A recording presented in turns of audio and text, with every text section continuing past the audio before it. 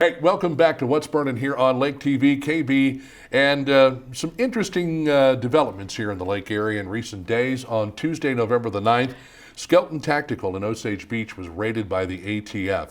And citing various reasons for the raid, they came in force. 20 ATF officers in tactical gear showed up and basically went through the facility with a fine-tooth comb, taking some firearms, confiscating the firearms, I should say, to the tune of about 365 firearms. And if you just put, let's say, $500 on each firearm as far as value, that totals up somewhere in the neighborhood of about $180,000.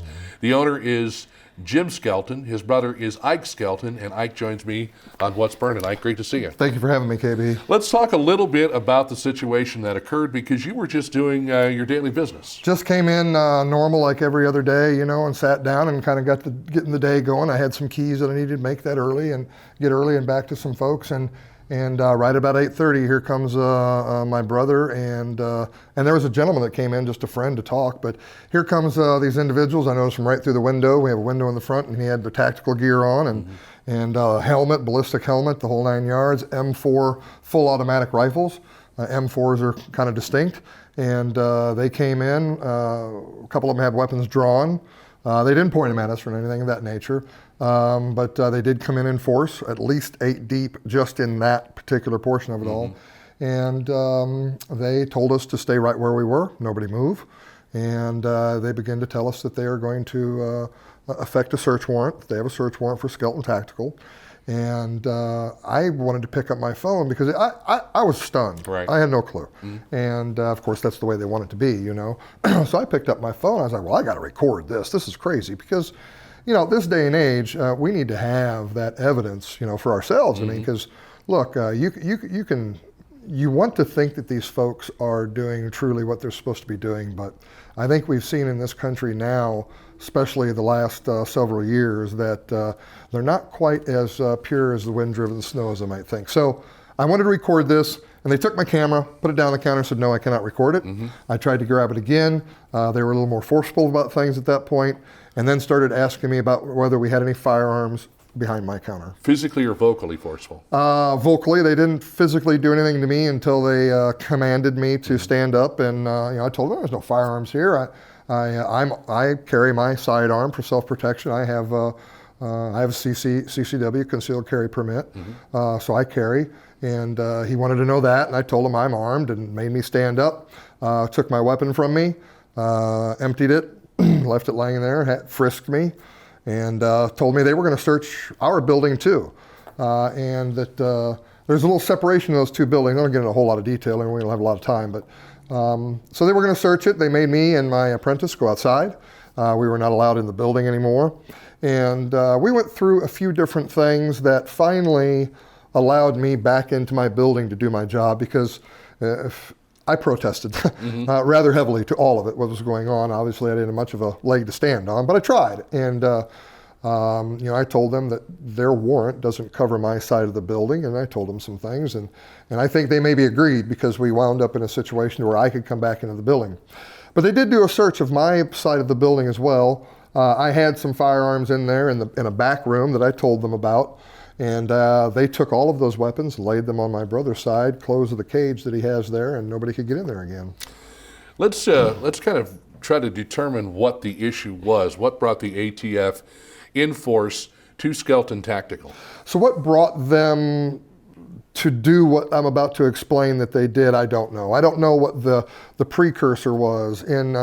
In legal parlance, you could say maybe what was not probable cause, but what was even the reasonable suspicion to go to probable cause. So there was a man and a woman came into the shop, and they looked around at several different weapons. They grabbed an old Craig Jorgensen. They grabbed some other weapons that they wanted, and my brother started to fill out the paperwork. And he had each individual form just like you're supposed to, and she started, the female started filling out all the paperwork. Well, unbeknownst to him, they were both federal agents. Right. And so the lady filled out the paperwork, and on that form, that federal form, it says, are you the actual purchaser of the firearm? And she answered yes on every one of those forms. Okay. So in reality, to the way they look at it, she actually falsified the documents to entrap him, I believe. So then after they get all the paperwork done, she gets a background check and everything's all set up and done. Jim hands over the weapons, and the man then pulls the money out of his pocket and pays my brother for the weapons.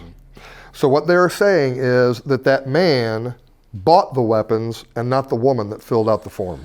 I wonder, though, has anyone ever purchased a weapon for someone else as a gift, maybe? That kind of sounds a little sketchy to me. Well, I don't know if I should answer that at this point because you don't know, I don't know anymore. Yeah. I don't know. I just don't. So let me ask you this. How many times have you gone into any store with your wife and the wife picks something else off? Oh, I'd like to have this. And she puts it at the counter. Oh, let me get that for you, sweetheart. You grab your money and you pay for it. Right. Now, are you the purchaser or did she want it? I guess it depends on the item.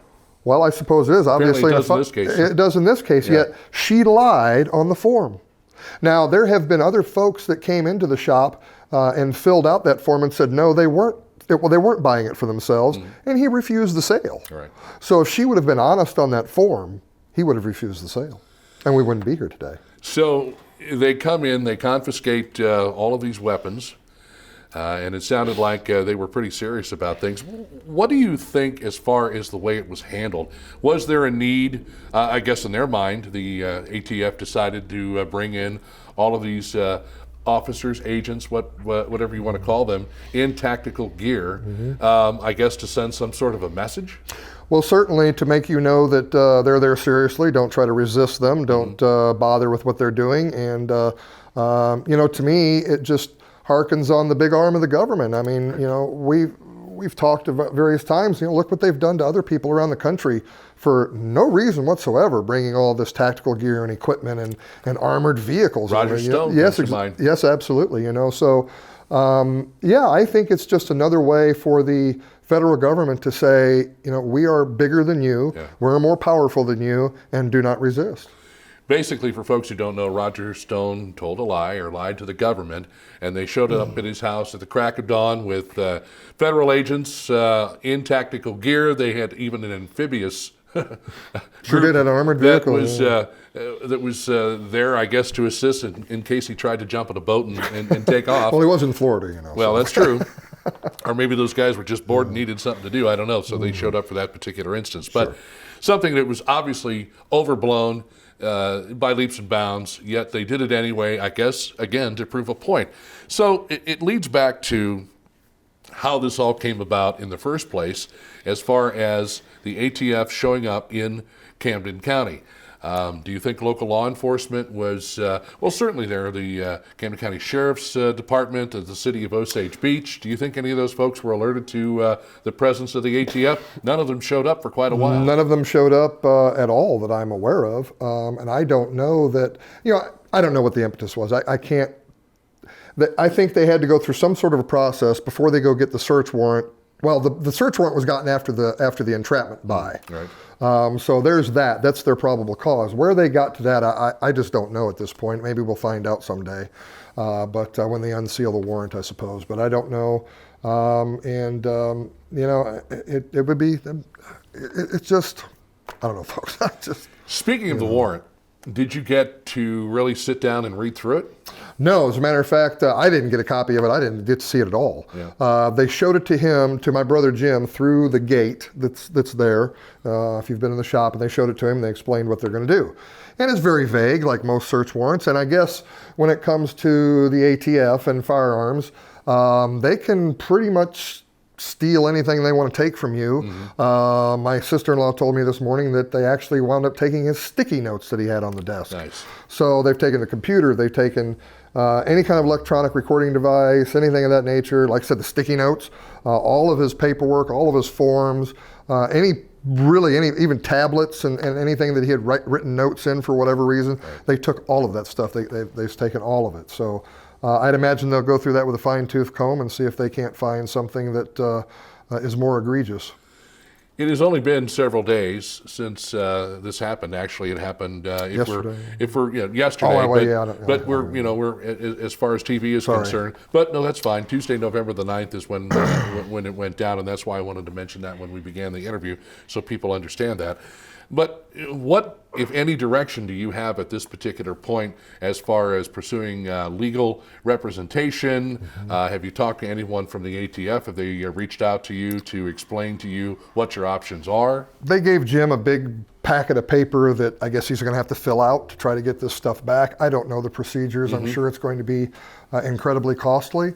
We're going to have an attorney that is certified for federal court action and can talk about those things. You know, if there's a takeaway here, I mean, obviously Jim wants his property back. Right. I mean, it's his property. So we want to get that back. And everybody, I think, in Camden County knows Osage Beach. First of all, you have to be squeaky clean to get the license to begin with, right? Jim is not a lawbreaker. I'm not a lawbreaker. So where they come up with the reason to actually come out and do this, I just don't get it. But there's something I would, I want folks to know that there is a time in this country that we're going to have to stand up and just say no. That we're not going to deal with these things anymore. And, you know, you could say that maybe, well, during a particular administration, it's okay that we have an ATF or an FBI or what have you, because maybe that administration isn't going to use them against us. But as we know, every 4 years, we can change presidents, we change representatives every 2 years, and we change senators every 6. What happens when that administration gets in that does want to use those tools against you? Should those tools even be in place? And that's where I'm at now. It hit home. I've always been against any rule against firearms because the Second Amendment shall not be infringed. I can't figure out how that can be any more plain.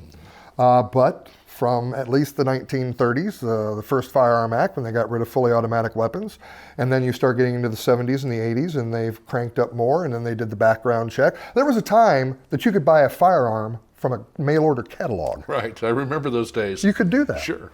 So what's changed? What's changed?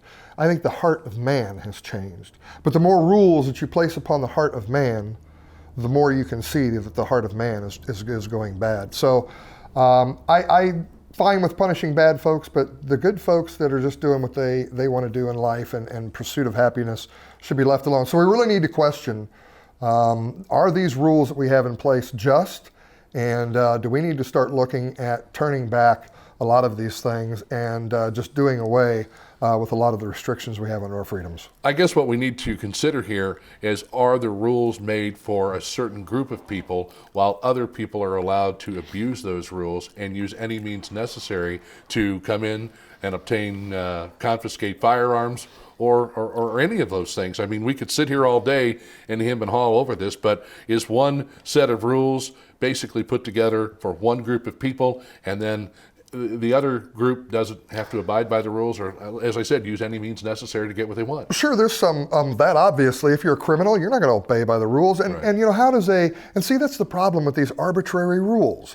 How is a gun store owner have to fill out this paperwork? If you're a bad guy and you come in with evil intent and you lie on that form, how is that individual supposed to know that? And then you go through the federal background check, well, maybe they didn't pick up on it either. So now, whose fault is it that this alleged bad guy has a firearm? So, you know, it's just... Well, I'll tell you what, we're going to follow you along this journey, and hopefully we'll have an opportunity to get you back here and talk more about it. I appreciate you taking time. I know you're a busy man. His locksmith business now, he's got his brother and the ATF to deal with, so thank you for your time, Thank sir. you for having me, and I truly appreciate the support of folks, and stay tuned. It's not over. We're coming back with more of What's Burning right here on Lake TV.